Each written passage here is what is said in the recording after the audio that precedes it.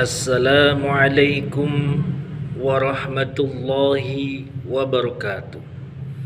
Innal hamdalillah nahmaduhu wa nasta'inuhu wa nastaghfiruh wa na'udzu billahi min sururi anfusina wa min sayyiati a'malina. Ma yahdillahu fala mudhillalah wa ma yudlilhu fala hadiyalah. Ashhadu an la ilaha illallah wahdahu la syarikalah wa ashhadu anna Muhammadan abduhu wa rasuluhu la nabiyya ba'dah. Qala Allah ta'ala fil Qur'anil Karim.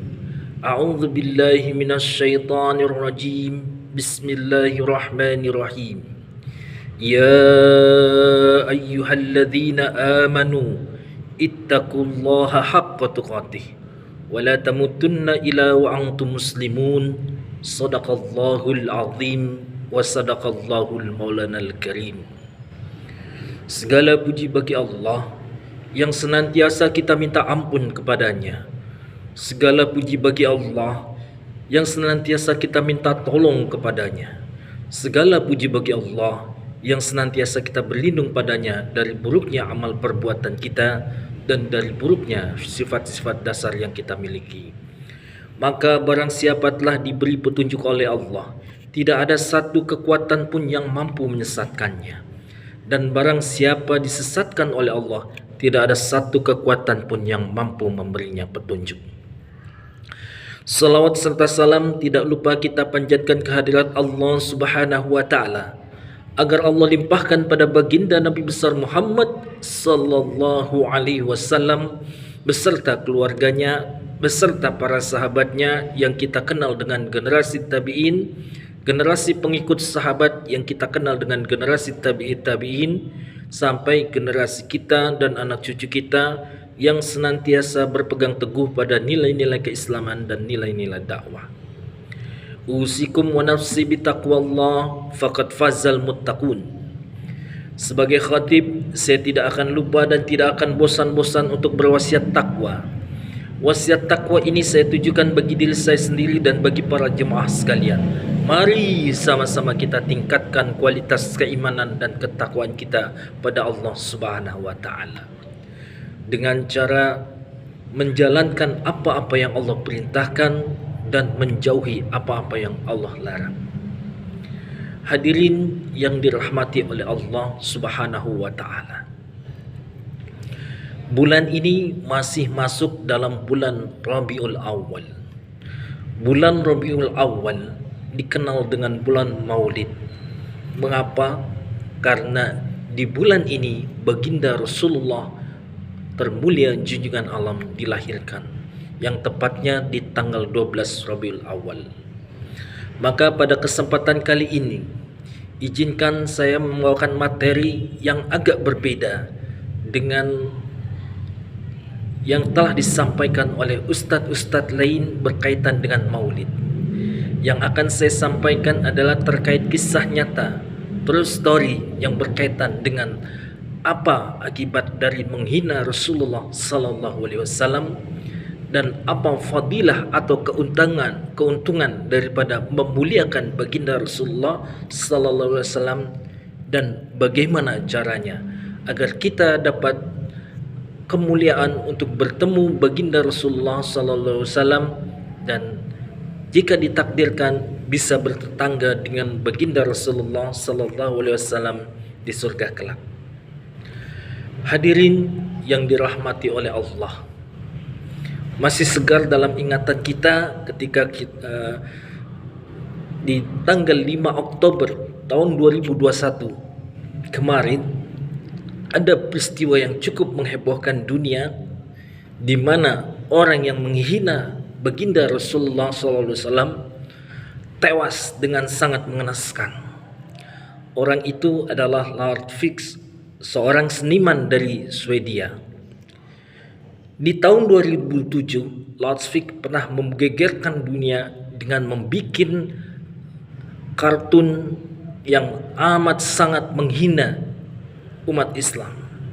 Saya sudah melihat kartunnya.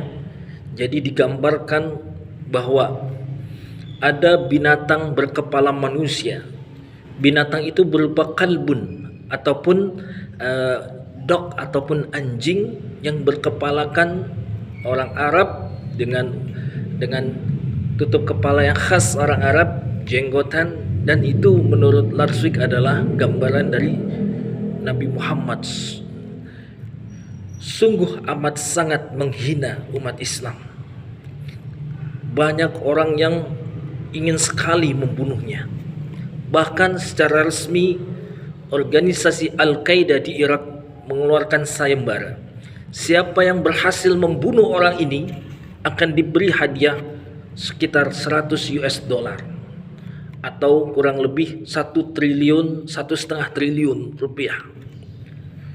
Sejak saat itu orang pun berlomba-lomba untuk membunuh dia.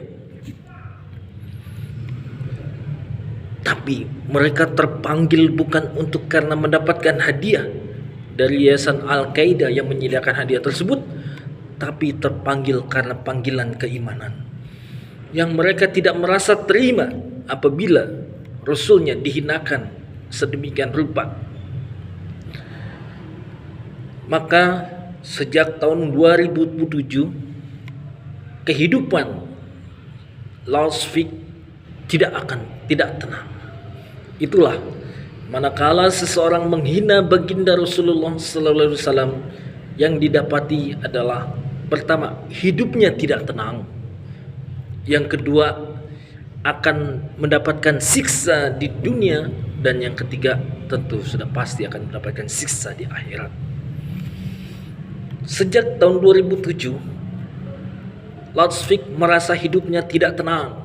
Ketika minum dia harus diperiksa minumannya mengandung racun atau tidak. Ketika makannya pun harus diperiksa apakah mengandung racun atau tidak. Ketika dia keluar rumah, dia pun harus dilindungi oleh polisi.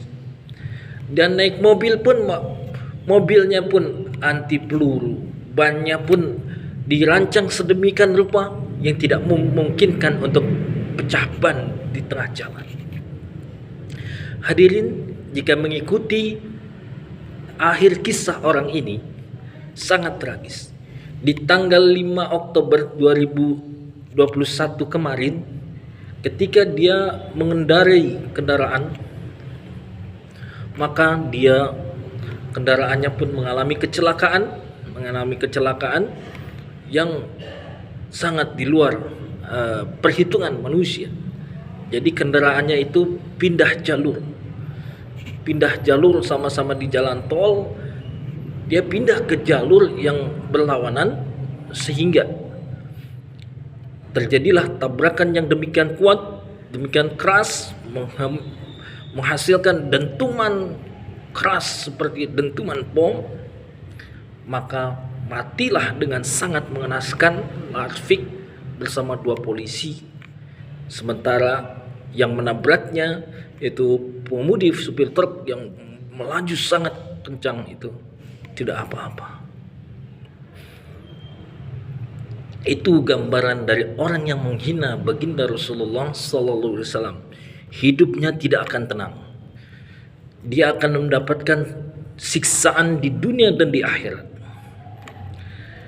Sekarang coba kita amati bagaimana kelanjutan ataupun kisah orang yang begitu memuliakan baginda Rasulullah sallallahu alaihi wasallam. Para hadirin tentu tidak asing jika saya menyebutkan nama Abdullah Gimnastiar atau Aqib. Kalau kita baca sejarah atau autobiografinya, kita akan kaget. Ternyata beliau sebelum menjadi penceramah terkenal, beliau adalah seorang penjual koran, seorang supir angkot. Tapi dengan rasa cinta yang sangat mendalam kepada baginda Rasulullah sallallahu alaihi wasallam, beliau senantiasa merindukan ingin bertemu baginda Rasulullah sallallahu alaihi wasallam.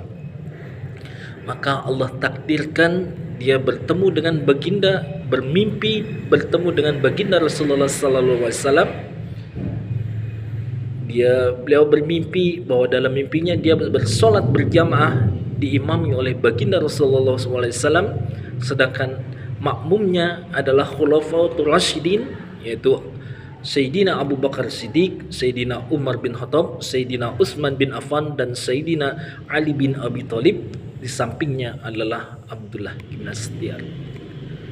Setelah selesai salat, Rasulullah pun menghadap ke jamaah dan berpesan pada Abdullah bin Astyar agar mengajarkan umat Islam tentang salat.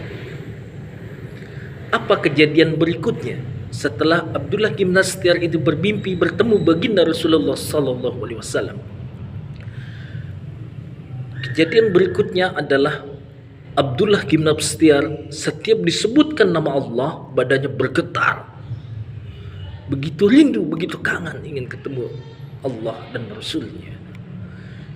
Sehingga seperti, mohon maaf, seperti orang gila. Bahkan ada yang menyarankan dia untuk pergi ke psikiater karena tidak normal. Setiap mendengar kata Allah, dia artinya gemetar.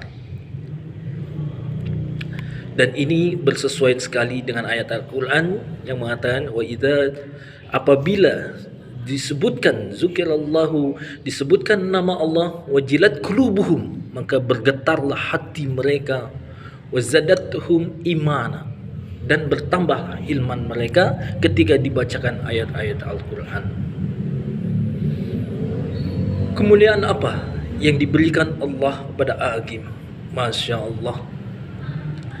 Di tahun 2018 ini data itu saya dapatkan.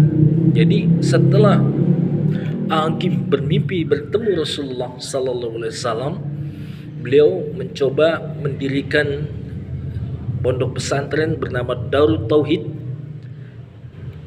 Darut Tauhid di tahun 1990. Kemudian perkembangan berikutnya sangat pesat.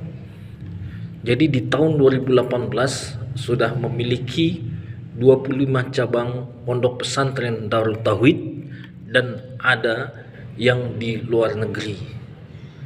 Sekarang tahun 2021 sudah berkembang 3 tahun. Sudah pasti perkembangan jauh lebih pesat lagi. Keistimewaan Agim adalah ketika mendirikan pondok pesantren, dia menjadikan juga ekonomi mandiri. Artinya apa? Dia menciptakan untuk kebutuhan air minum, dia menciptakan perusahaan air minum sendiri.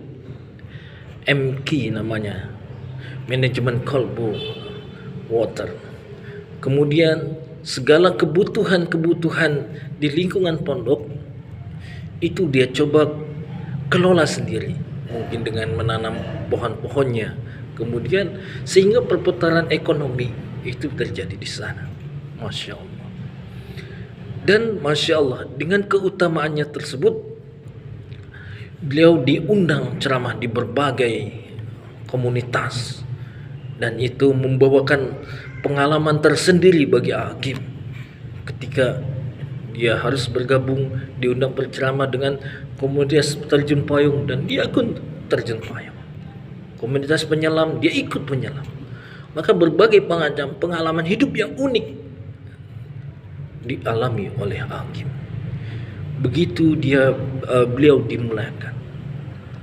Itulah ketika orang mencoba memuliakan Allah dan Rasulnya, Allah pun akan mengangkatnya dan memuliakan dia di dunia dan di akhirat.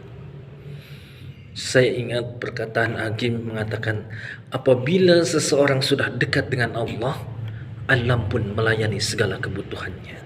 Sangat bersesuaian dengan ayat Al-Quran, wa may yattaqillah, barang siapa bertakwa pada Allah, yaj'alhu makhrajan, Allah akan menjadikan baginya jalan keluar dari persoalan hidupnya, wa yarzuqhu khairul minhu la yahtasib, dan Allah akan memberikan baginya jalan keluar dari